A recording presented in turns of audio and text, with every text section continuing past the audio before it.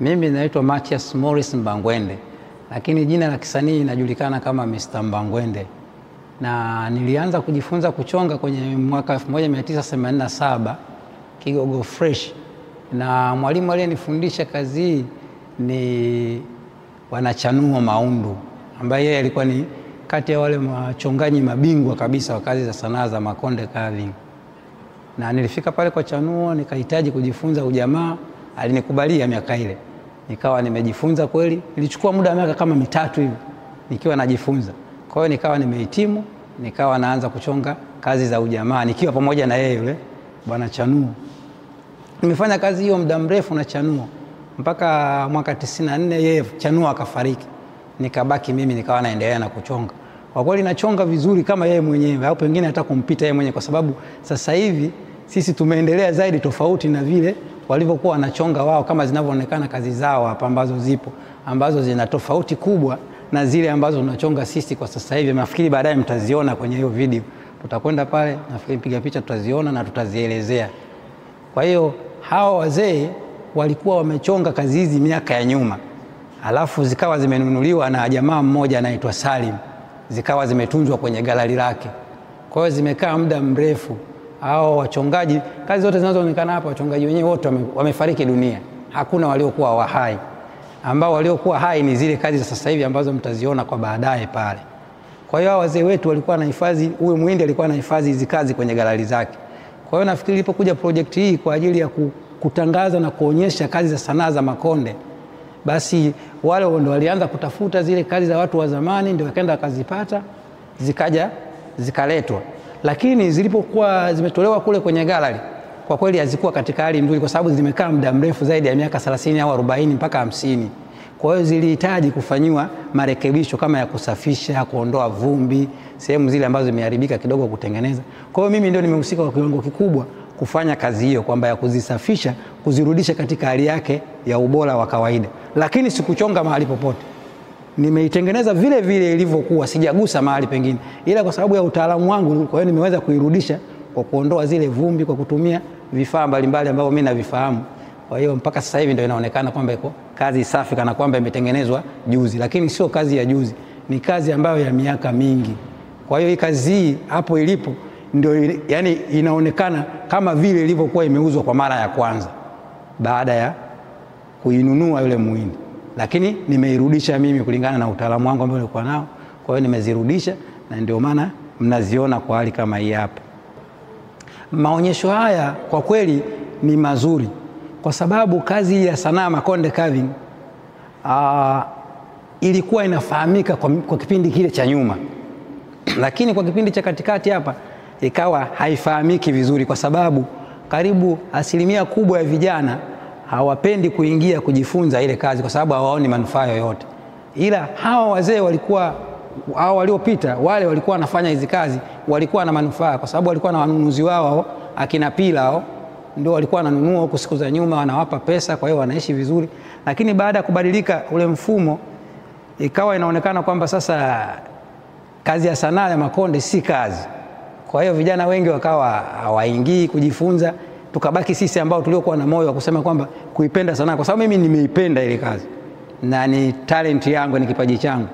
Kwa hiyo sisi ambao tuliobaki tukawa tunaendeleza mpaka sasa hivi, lakini tunaendeleza katika mazingira magumu kwa sababu haifahamiki kwa sasa hivi. Makonde carving inaonekana kwamba haipo, lakini itakwenda kweli itakuwa haipo, kwa sababu watu wanapotea, wale wachongaji wanaisha. Na kadri unavyokwenda, ina maana sisi tuliobaki sio wengi, ni wachache sana. Hapo unaweza ukawatafuta, huwezi kuwapata wengi, utawapata wachache. Lakini hii inatokana na nini? Kwa sababu ile biashara au ule mzunguko wa kupeleka kazi kwa wateja imepungua sana. Na hii inatokana na nini? Kwamba wale wachongaji hawatengenezi kazi zilizokuwa za ubunifu, yani ambazo zinazoendelea, kwa sababu huwezi ukafanya kazi kama miundo ile ya nyuma ya zamani, kwa sababu hao wateja wanaokuja sasa hivi ni wapya. Kwa hiyo na wewe inabidi unatakiwa ubadilike kulingana na mwenendo wa dunia unavyokwenda. Kwa hiyo utakuta kazi zile ukitengeneza miundo ya kizamani kidogo inakuwa kama vile haieleweki. Kwa hiyo wasanii wanatakiwa wabuni, watengeneze kazi ambazo zinaumiza kichwa kiasi kwamba hata mteja akiangalia au mzungu akiangalia lazima anashangaa, anaangalia, hey, huyu mtu ametumia akili nyingi sana. Kwa hiyo kwa sasa hivi kazi hii inaonekana kama inataka kupotea, na itapotea kweli, kwa sababu watu hawajifunzi, kwa sababu hawaoni maana yote. Kwa hiyo ilipokuja project hii nafurahi sana, kwa sababu itakuwa ni jambo zuri, kwa sababu itaonyesha ulimwengu kwamba hawa watu wapo, na tukiwafanyia wigo mzuri wasipotee, wataendelea kubakia, lakini tukiwaacha kama walivyo wataisha. Kwa hiyo itakuwa inabaki tu story kwamba ilienda ilirudi, walikuwepo lakini hawapo, hasa hususan hapa kwetu Tanzania. Huko Ulaya itakuwepo, itabaki, kwa sababu watakuwa wanayo kwenye magalari yao, wanakuonyesha tu kama vile nilivyokuonyesha. Unamuona pale Chanuo, unamuona pale amekaa pale na kazi zake zipo, lakini hapa kwetu itakuwa haipo, kiasi kwamba hata akija mtu akiulizwa, serikali yetu itabaki kuna kichwa tu, walikuwa watu wetu hao, walikuwa watu wetu, itaishia hivyo hivyo na story itaishia hapo. Lakini kwa project hii nafikiri hata serikali itajua kwamba sasa watu inabidi tuwatengenezee vizuri, tuwaweke ili utamaduni usipotee. Unaona, yani kutengeneza kama wanavyoona kama mipira, kama academy. Sasa inatengenezwa academy, unachukuliwa kama sisi wasanii tuliobaki, tunakwenda pale chuo cha sanaa Tasuba pale Bagamoyo, wanafungua shule, alafu sisi tunakaa hapa, alafu wanachukuliwa vijana wanaingiza kwenye somo la sanaa, tunakwenda tunawafundisha. Unaona, kwa hiyo wanabaki utamaduni ule unaendelea kuwepo. Kwa sababu ukiangalia kwa mfano hata hapa kwetu serikali ni kwamba wanapofika wageni, Salim mwenyewe huyo, wanapofika wageni ni kwamba utakuta serikali yenyewe inatoa zawadi ya vinyago kwa wale wageni wao, tofauti na kitu kingine, kwamba sawa wanatoa picha za kuchora, za kuchonga, lakini za kuchonga ni zaidi kuliko zile za kuchora, kwa sababu kuchora hata wazungu wanachora vile vile. Kwa hiyo ndio hali halisi iliyokuwepo. Mimi niko na Bwana Salim. Bwana Salim ndio mtu ambaye alikuwa ananunua zile kazi za kina Chanuo ambazo kama unavyoziona hapa, na Salim mwenyewe yupo hapa. Mimi ni mwanafunzi wa Chanuo, na wakati alipokuwa anakuja kuzinunua hizi mimi nilikuwa najifunza wakati huo. Kwa hiyo huyu Salim ndio alikuwa mteja mkubwa, alikuwa anakuja kuzinunua hizi kazi za kina Chanuo kwa wakati huo. Kwa hiyo alikuwa anaweka kwenye collection zake, ambapo mpaka sasa hivi wala kina Chanuo hawapo, ila yeye kwa bahati nzuri amebaki bado yuko hai. Kwa hiyo hizi kazi ndizo zimetolewa, zinaonyeshwa, lakini asilimia kubwa ya mafundi wote waliokuwa kazi zao zilizokuwa hapa hawapo. Kwa maana yeye Salum alikuwa kama ana maono fulani kwamba alinunua hizi kazi akawa anaziweka na kuzitunza mpaka sasa hivi ndio hizi unazoziona. Hii collection hii hapa kutoka pale kuja hapa, hii ni za Chanuo, alafu zile zingine ni za watu wengine, lakini ni mafundi wenzake mabingwa. Kwa hiyo huyu Salum ni mtu ambaye alikuwa anazinunua wakati huo, anazitunza.